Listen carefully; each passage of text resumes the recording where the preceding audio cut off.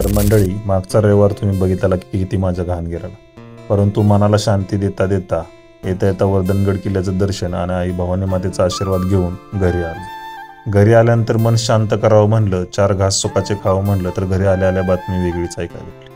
काय झालेलं तर फादरच्या सांगता सांगता डोळ्यामधून पाणी होतं आणि ते फादरचं डोळ्याचं पाणी बघून माझं अंगाचं पाणी झालं. काय विषय झालेला तर फादरनं सरळ सरळ असं मला म्हणलं की आज त्यांचा ॲक्सिडेंट होता होता राहिला. आणि ते फादरच्या डोळ्यातलं पाणी बघून बस म्हणून तेव्हाच ठरवलं.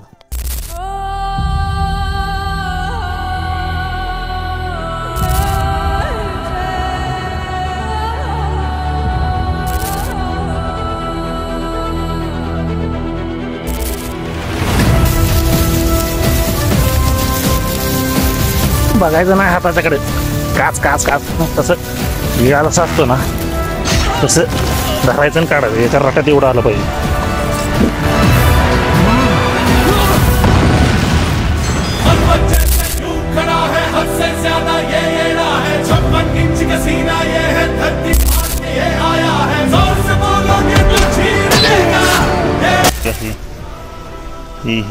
तात्पर्य एवढंच की तुमच्या आजूबाजूला माणसं अशी असतात की नाही का, ते तुम्हाला चावायचा प्रयत्न करतात. तुम्ही काहीतरी चांगलं करायचा प्रयत्न केला की ते डावचायचा प्रयत्न करतात, काय ना काहीतरी करत असतात.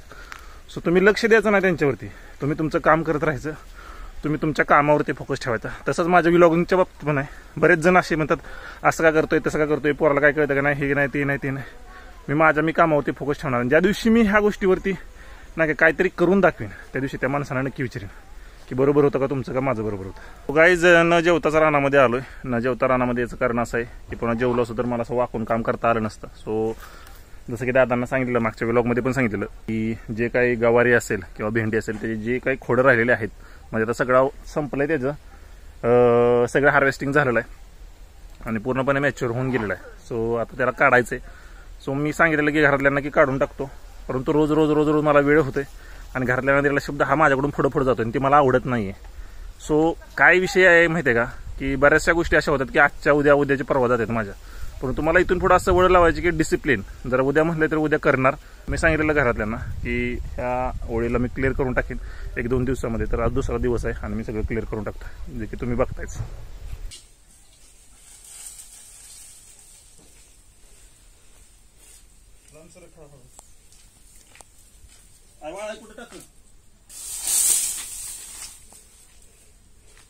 कसा आहे अवतार? भाई तेवढा ढिग आणलाय, पुन्हा जाणं शक्य नव्हतं आणि म्हातारला पण शब्द दिला की काढून देऊ. आईच्या पण मागं नको वरड म्हणून आज शेवटी साऱ्या क्लिअर वगैरे करून आणल्यात. फाटली माझी लय बेकार हाल असता, सगळे कापलंय बिपलंय. तरी पण शब्द दिला तो पूर्ण केला. 1 दिवस लेट झाला परंतु केला. जसं की रात्रीच्या व्लॉगमध्ये बघितलेलं की तुम्ही गाडीची वायर जी बॅक साईडचा होता ब्रेक त्याची तुटली. तो आम्ही घरगुतीच बसवतोय, बघूया काय होतंय ते बसतंय का. ये चल पाट पाट पाट पाट ये.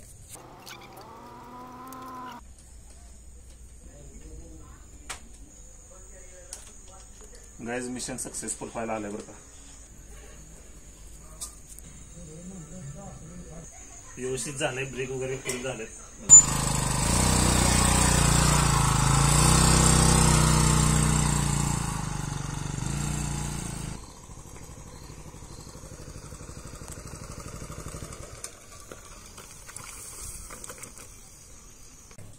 सो गाईज या चहा प्याला आत्ताशी मोकळा झालोय दिवसभराच्या कामातनं. विशेष म्हणजे आज फादरच्या गाडीचं ते वायरीचं काम करून घ्यायचो, म्हणजे ब्रेक वायर जे लायनर म्हणतो आपण, ब्रेक लायनरचं काम करून घेत होतो. विषय म्हणजे खोलली गाडी, परंतु टेक्निकली खूप गोष्टी अवघड असतात, जेवढ्या आपल्याला सोप्या वाटतात तेवढ्या नसतात. सो ज्याला माहिती आहे तो लगेच इझी, त्याच्यासाठी इझी टू वे असतं ना काय कॅरी करणं सगळ्या गोष्टी, परंतु आपल्यासाठी त्या सगळ्या गोष्टी वेगळ्या असतात. परंतु मी गावात जाणार होतो, मिस्त्रीला फोन लावलेला, या म्हटलेला, तो माझा मित्रच आहे गणेश म्हणून, गावात गणेश यादव म्हणून. परंतु म्हटलं की नाही का आपल्याला एकदा टेक्निकली बघावं जमतंय, कारण बाकीच्या एवढ्या गाड्यांचं नसतंय, अवघड नसतंय, म्हणून मी आपलं चेक केला. परंतु विषय असा झाला की खोलल्यानंतर ते पुन्हा जोडताना अवघड होतं, म्हणजे जे पार्ट असतात ना बाकीचे ते जोडणं अवघड होतं.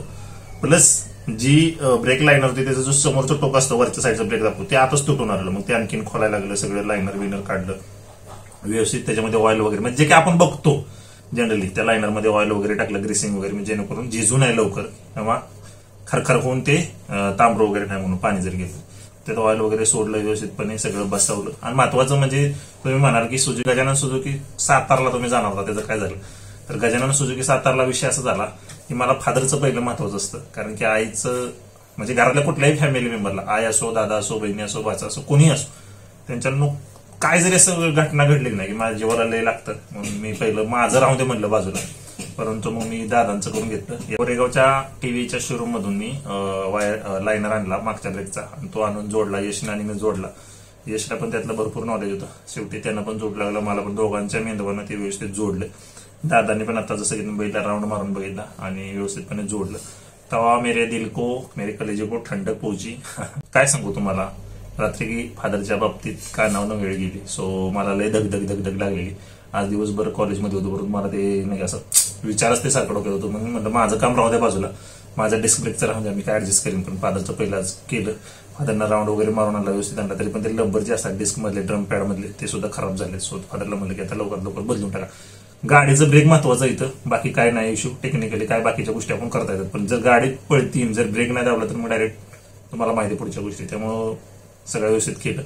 आजच्या व्लॉगमध्ये मला बाकीचं जास्त कुठे जाता आलं नाही. सो आजच्या व्लॉगमध्ये एवढंच होतं की नाही, जेणेकरून सगळ्या गोष्टी तुम्हाला मी सांगितल्या की एवढंच होतं.